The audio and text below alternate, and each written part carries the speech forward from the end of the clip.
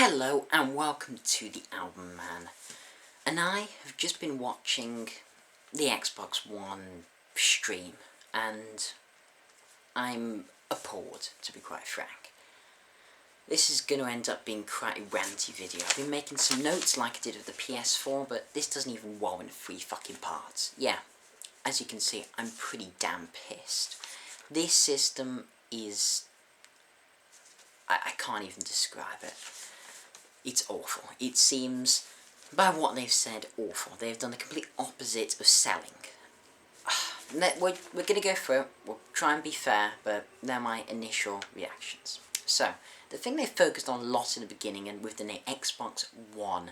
Now, that name on the server seems a bit weird, considering I don't know there's been 3 Xboxes. You know, Xbox 360, and now Xbox One. I mean, what? Seems stupid. But, you know, clearly the reason they go for one is because it's an all-in-one device, and God did they make that clear. They went up on an all-in-one. I don't want an all-in-one device. I don't want a jack of all trades that's a master of none. I want a master of one. And this system doesn't seem to be the one that's going to be the master of one, and if it is going to be the master of something, it's certainly not going to be games.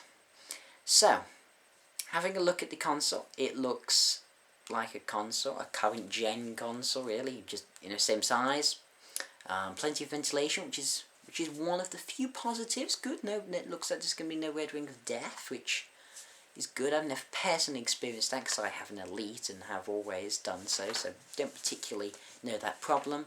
Nearly had it once, but managed to avoid it. I actually saw the moment it turned red, switched it off that second, and it prevented it, which was pretty cool. Okay, so Kinect. That's what I think of you, Kinect. I don't give a shit. We'll talk more about Kinect later. A new controller, which looks like, I don't know, the same as before, but with an Xbox button a bit higher up. Okay, so again, it's all in one. So one of the things they went for quite a lot was the use of voice controlled. How you can turn it on by saying, Xbox, turn on. Or you can, you know, flick through channels by saying, go to CNN, go to whatever, switch to movie, to game. Even though this device isn't really for games, but, you know, allegedly you can switch to games, you know, it's just speculation at the moment. No one's quite sure if it can play games, but if it can, you know, that would certainly be a benefit to this glorified TV box. Which, at the end of the day, is really what it is, I'm afraid to tell you. It really is. So the Kinect, what's special about it? Nothing. It was crap before, it's crap now. Or instead now you can grab, you can do this like you're making dough, like you're making a pizza. Look like a complete idiot, just, you know, doing this. Oh, I'm going to turn on my film, I'm going to turn on.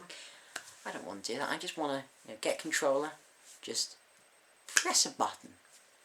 Nice, simple, press a button and not look like some idiot making a virtual pizza through, you know, in a room. What else? Let's see. So yeah, they went on about snap mode, which I can do on my Windows 7 PC.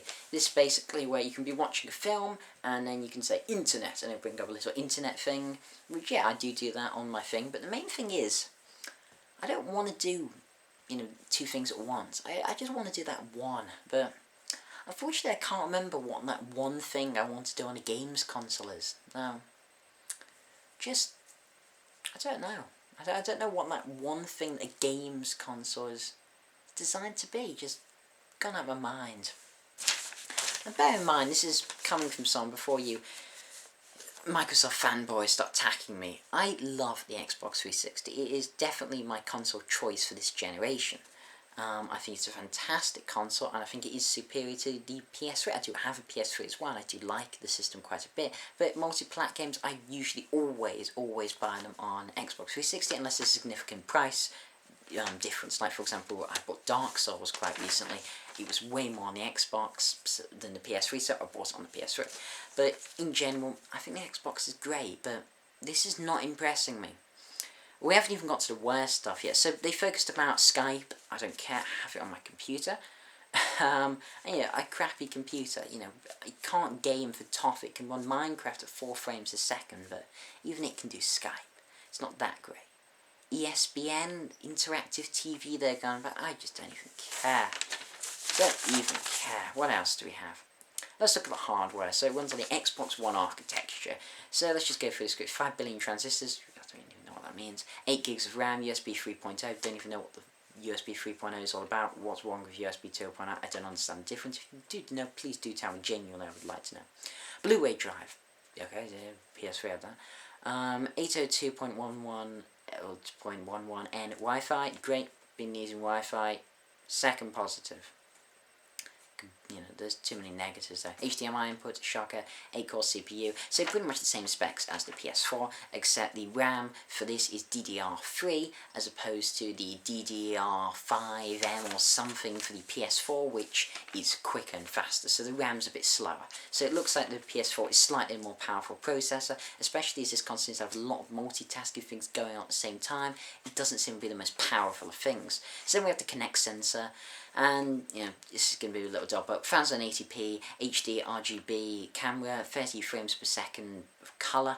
Wow, colour! I can't believe that's pointing that out. Yeah, 30 frames per second, black and white. It has the flight technology, which basically means increased sensitivity and more joints it can find. So if you want to do that, it can know you're doing that. I don't know why you'd want to do that, but you can. A microphone arrays, which I imagine just is effectively a multi-directional microphone, a bit more powerful than the last one. I don't care. I don't care about Kinect. Controller, integrated battery compartment, impulse triggers, Wi-Fi direct radio stack, precision directional D-pad. Now that is one other good thing. D-pad. The D-pad on the 360 sucks. You can't use it for anything. If you want to try using that for a fighting game, good bloody luck to you. It's awful. The D-pad does look quite a bit better. Do you know what I've written down here? Oh, I haven't finished yet, so. Xbox Live. So let's get into this. Now, apparently it's going to have 300,000 servers. Okay, whatever. And the main thing, it seems it's going to have the same membership. They said same membership, so I imagine that it's a standard gold membership you pay for, and that covers the Xbox 360 and your Xbox One. So I imagine it's going to still keep the paid subscription fee. That's what it definitely seems to allude to. Very much so. It's going to have game DVR just like the PS4, so that means you can capture gameplay, and it means there'll be far more Let's Players on YouTube, because we need more Let's Players. We don't. YouTube is just full of them. We don't need more encouraged. I couldn't care about that feature less. I don't want to share my gameplay. Even if you can play games, because as I've said, it's only rumours that you can actually play games on this thing. Apparently one thing that sounds, okay, I suppose you can matchmake while doing something else for a game. That would have been awesome with Assassin's Creed Brotherhood. Loved that game, loved the multiplayer of that, but god damn was it slow. It would have been cool to have done something else. So they showed a couple of games. I know. I thought it was only speculation it played games, but no. Seems they showed a couple. And by the way, this was 27 minutes into it. So what did they show? They got EA, yeah, because everyone loves EA. Yeah, everyone loves EA so much that they were voted the worst company 2 years on the trot. Great idea, Microsoft. Get the fucking devils of game publishing to appear at your event. Well done. No. And what did they show? Did they show imaginative, innovative games? No. They showed FIFA 14, Madden shit, NFL shit, and I don't even know, NBA. So it means, this device is really for watching your NBA and NFL and playing your NBA and NFL and that type of stuff. FIFA 14, I admit, it looked pretty good. Graphic-wise, yeah, the graphics were pretty. But, you know what? The main thing I care about for a football game is gameplay. I still love Euro 2000 for the PS1. Bloody great game, because god damn is that game fun. But, the graphics look like shit, because the most important thing is gameplay, and that's what we didn't get shown any of today. No gameplay. I want to know how the gameplay changes. The thing I've been most interested about in the next generation is, again, like Elder Scrolls. I'm a massive Elder Scrolls fan. Oblivion, Skyrim, Morrowind, whatever, to me, some of the pinnacles of gaming. I want to know how worlds can be bigger, how worlds can be more detailed, how you can interact with more subtle features in a world. I don't want to know how good Messi can look. Yeah, okay, he does look damn good in FIFA 14, but it doesn't make much of a difference to me. Then we got shown Forza 5. Yes, it looked nice and pretty. And racing games always look bloody pretty. They're always very good systems. Of course they're going to show a racing game. What better than Forza 5 for the Xbox? You know, I'll give them that. But I think Forza is going to be a tired series, really. It's pretty much the same thing. It's, you know, I'm not a massive simulation fan. I prefer Gran Turismo, I have to say. Gran Turismo 3 A-Spec, greatest simulation racer ever. But I do like Forza series. I do casually play it. But again, it's not innovative, it's just standard Forza that looked nice and pretty, or pretty.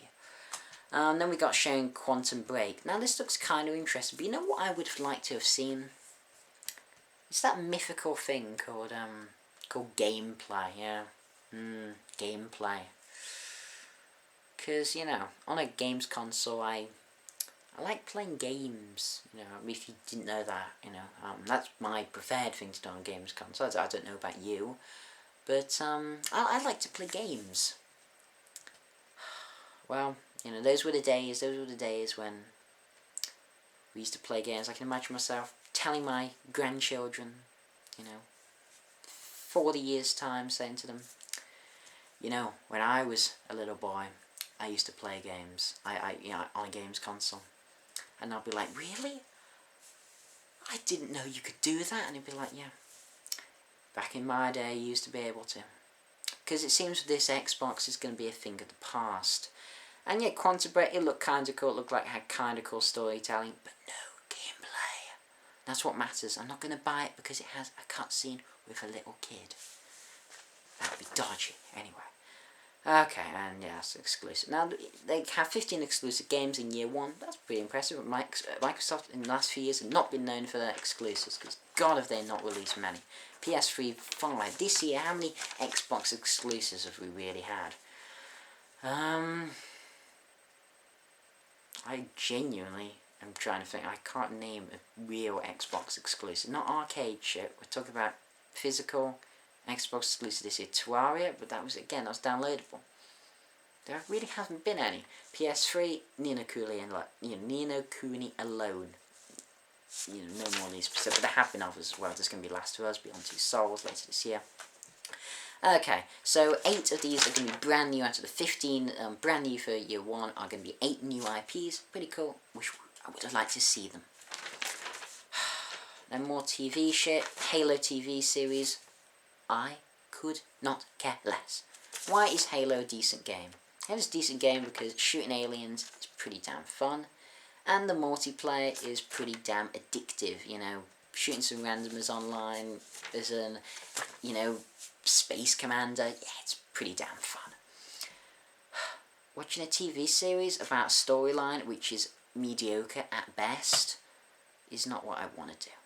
If I want to watch a good TV series, I'll watch a good TV series. I don't want Halo's TV series, I want it as a game.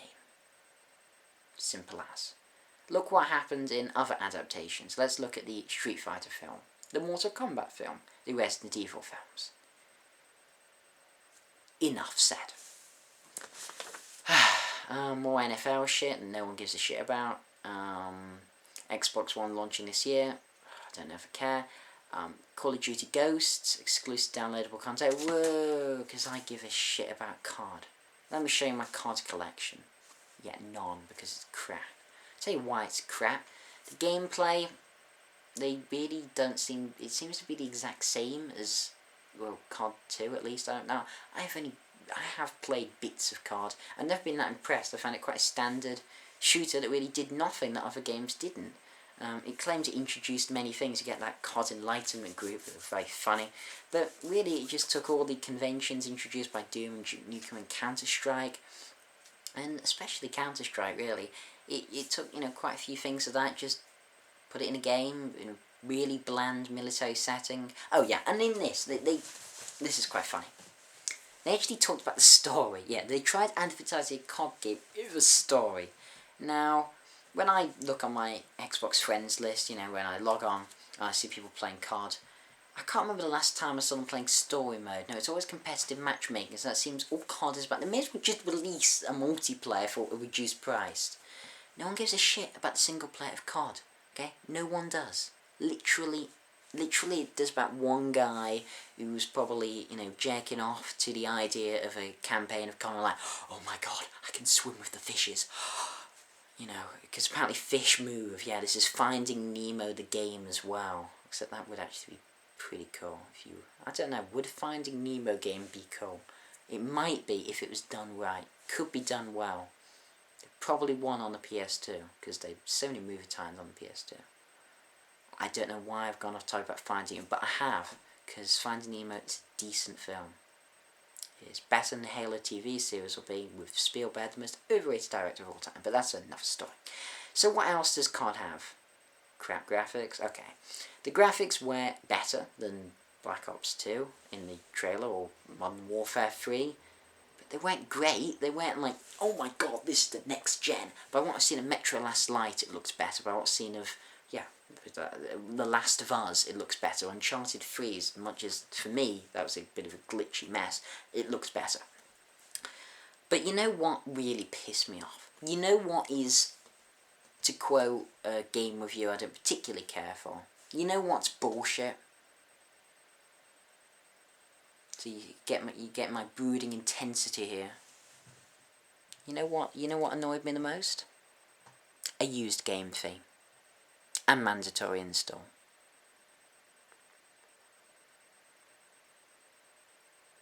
I mean, just... why? Why was this necessary? Used game fee? You know what? I'll tell you.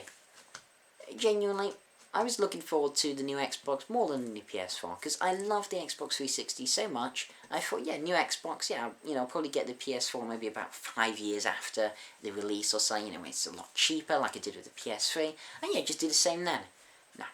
No. You know what, Microsoft? You had a customer here in the palm of your hand, and you know what you did? You put a gun to the back of his head and shot him, and I think you've done that to many people. A used game fee? Fuck you. I don't often swear on this channel, but I just don't even care. Fuck you, Microsoft. A used game fee? Really? Mandatory install? Oh yeah, because mandatory install is such a great thing on certain games on the PS3. But this mandatory install seems even worse. Seems you put the disc in once, install it, and that's it. And then you never need the disc again. Right. Okay. Great idea there. Wonderful.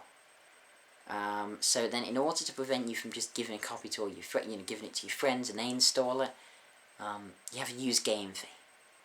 It seems, and that, okay, it was on Kotaku of all fucking sites. I hate Kotaku. They have a bit of an obsession with tentacles on that site, but never trust a man who enjoys tentacles. That's a tip. So another off-topic, Tentacles Finding Nemo, a very ocean-themed video this is turning out to be. It really is. Away from the ocean. Anyway, use game fee. Shit. Mandatory install. Shit. No backwards compatibility. Not surprising, but still shit.